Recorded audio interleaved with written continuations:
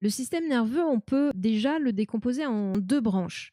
Le système nerveux central, qui regroupe en gros l'encéphale et la moelle épinière. Encéphale, vous pouvez retenir cerveau, mais l'encéphale, ça regroupe cerveau, cervelet et tronc cérébral. Donc ça, c'est vraiment le système nerveux central.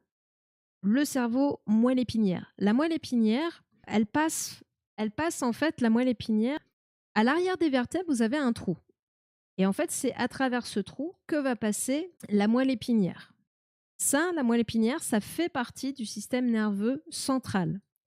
À partir du moment où vous sortez de la moelle épinière, donc généralement, comme ici, alors je suis désolée, le système nerveux, c'est un bazar, hein. C'est vraiment, il y a plein de câbles de partout, c'est le bazar.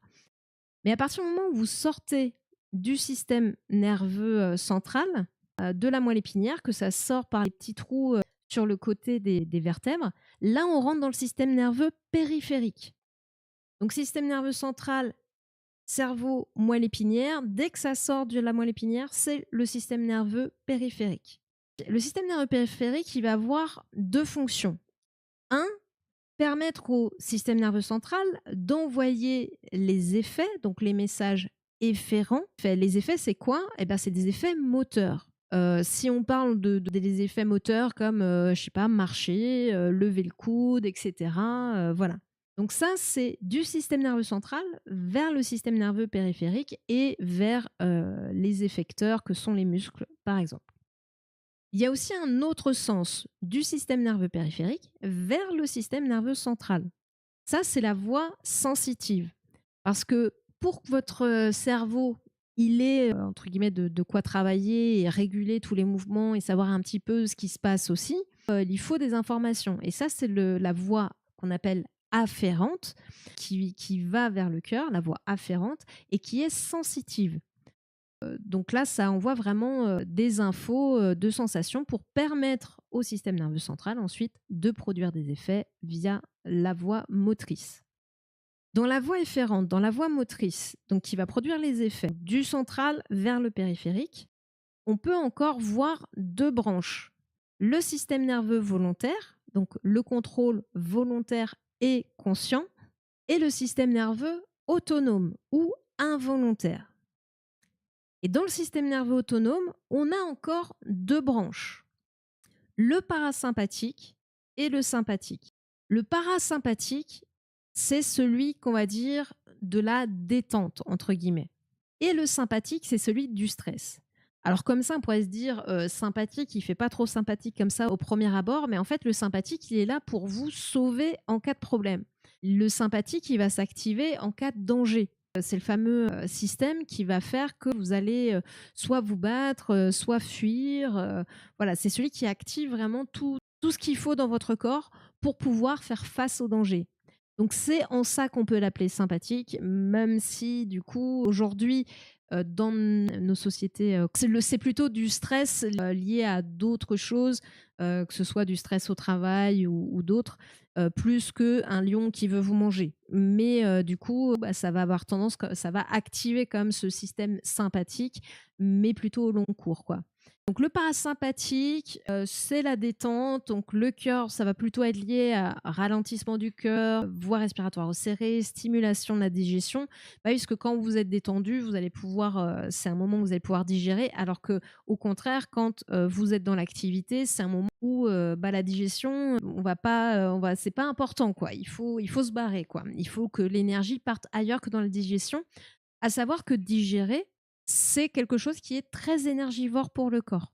Contraction de la vessie, voilà. Le sympathique, c'est l'inverse, c'est l'augmentation du rythme cardiaque, la relaxation des voies respiratoires pour pouvoir être bien oxygéné, l'inhibition de la digestion pour économiser de l'énergie, sécrétion d'adrénaline, de noradrénaline et le relâchement de la vessie. Voilà. Oui, c'est ça. Donc c'est ce qui gère le comportement fight or flight or freeze. Oui. Se battre, se barrer ou la sidération, ouais. Et la sidération qui est, pour certaines espèces, un moyen d'essayer d'échapper à ses prédateurs, quoi. Il y a une explication par rapport à la vessie, mais la contraction, ça te permet de retenir, en fait. C'est pour ça qu'on peut se faire pipi dessus de peur, parce qu'il y a un relâchement de la vessie qui ne retient plus les urines et on se fait pipi dessus. Retenir les urines, ça nécessite contraction. L'idée, en cas de situation de survie, c'est vraiment de rediriger l'énergie vers les muscles, en fait, pour être le plus efficace possible. Donc, effectivement, la vessie, on s'en fout, on lâche le surplus et puis voilà, quoi. Petit récap, donc le système nerveux, on a d'un côté le central, d'un côté le périphérique. Le central, cerveau, moelle épinière. Le périphérique, à partir du moment où ça sort de la moelle épinière, vous êtes dans le périphérique. Deux choses, le moteur, le sensitif. Donc, le sensitif qui va au cerveau, c'est la voie afférente. Le moteur, c'est la voie efférente qui produit les effets. Et dans les effets, on a une partie sur laquelle on a le contrôle, c'est le système nerveux volontaire, et une partie sur laquelle on n'a pas le contrôle, c'est le système nerveux autonome ou végétatif. Et dans ce système-là, on a le parasympathique qui est celui de la détente et le sympathique qui est celui de stress. À savoir que le système parasympathique et sympathique, c'est jamais tout l'un ou tout l'autre. C'est un juste équilibre, un juste dosage entre les deux pour arriver à l'équilibre en fait. Dans certaines situations, effectivement, il y en a un qui va être privilégié par rapport à l'autre, mais dans le fonctionnement global, c'est toujours une recherche d'équilibre pour avoir un fonctionnement correct de l'organisme, quoi. C'est vraiment, faut pas se dire on-off, non, c'est toujours un juste équilibre. On règle les curseurs, il y a une forme d'harmonie, entre guillemets, qui va se faire entre les deux pour tendre, encore une fois, à cet équilibre. Donc ça, c'est un neurone. Vous avez le noyau ici, vous avez les petites branches qu'on appelle des dendrites, et qui sont normalement ici, vous aurez en fait des connexions avec un autre neurone, avec les terminaisons axonales d'un autre neurone qui seront ici. Mais là, on est sur un seul neurone. Donc, noyau, les dendrites pour faire la connexion avec le neurone d'avant. Et puis, il y a un câble très très important. C'est le câble qui va justement conduire l'influx nerveux qu'on appelle l'axone. L'axone, c'est un long câble, comme un câble électrique, dans lequel va se propager un influx nerveux. Plus exactement, il faut parler de potentiel d'action. On peut dire que c'est un câble Ethernet plutôt que Wi-Fi, parce que le Wi-Fi, il n'y a pas de... Justement, c'est plus diffus. Le Wi-Fi, ce serait presque plus le système hormonal. Ethernet, tu as vraiment le câble et c'est très rapide. Le Wi-Fi, tu perds en connexion. On pourrait plus ou moins comparer ça comme ça. Et ensuite, vous avez les terminaisons axonales. Déjà, deux choses. Je vous ai parlé tout à l'heure de neurones de gaines de myéline, des qui étaient myélinisés et d'autres qui étaient non myélinisés. Donc en fait, sur l'axone, vous avez la myéline, là, les petits boudins que vous voyez là, ploup, ploup, ploup. C'est ce qu'on appelle la gaine de myéline qui vient entourer l'axone et ça va permettre au signal d'aller beaucoup plus rapidement. Il y a notamment une maladie qu'on appelle la sclérose en plaques, qui est une maladie auto-immune dans laquelle le système immunitaire va justement s'attaquer à la gaine de myéline, ce qui va provoquer des problèmes au niveau du système nerveux assez graves, puisque le flux nerveux va plus, voire mal. Donc là, il y a la petite flèche pour le sens de propagation, donc du noyau du neurone vers les terminaisons axonales.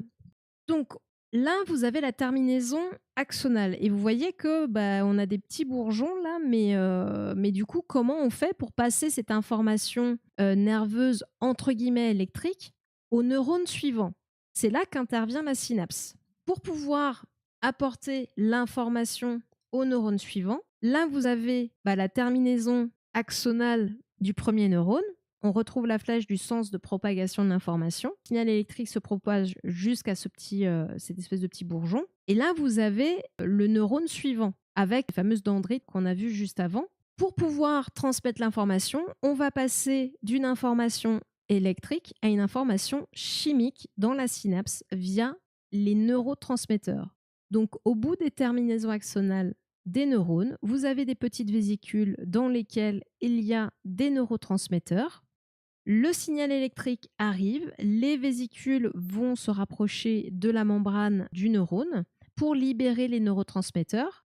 Et de l'autre côté, sur le neurone suivant ici, au niveau de la membrane de la dendrite, il y a des petits récepteurs qu'on appelle des récepteurs post-synaptiques qui vont recevoir ces neurotransmetteurs. Et on voit qu'ils ont une forme spécifique parce que vous avez des récepteurs qui vont être spécialisés dans l'acétylcholine, d'autres dans d'autres neurotransmetteurs. Et ça, c'est vraiment la forme qui va déterminer à quoi ils vont être sensibles. Donc c'est intéressant et important de comprendre que vous avez le système nerveux, on dit que c'est un système électrique grosso modo, mais entre chaque neurone, il y a quand même une transmission de l'information qui se fait de façon chimique via les neurotransmetteurs. Donc c'est pas du 100% électrique, on va dire.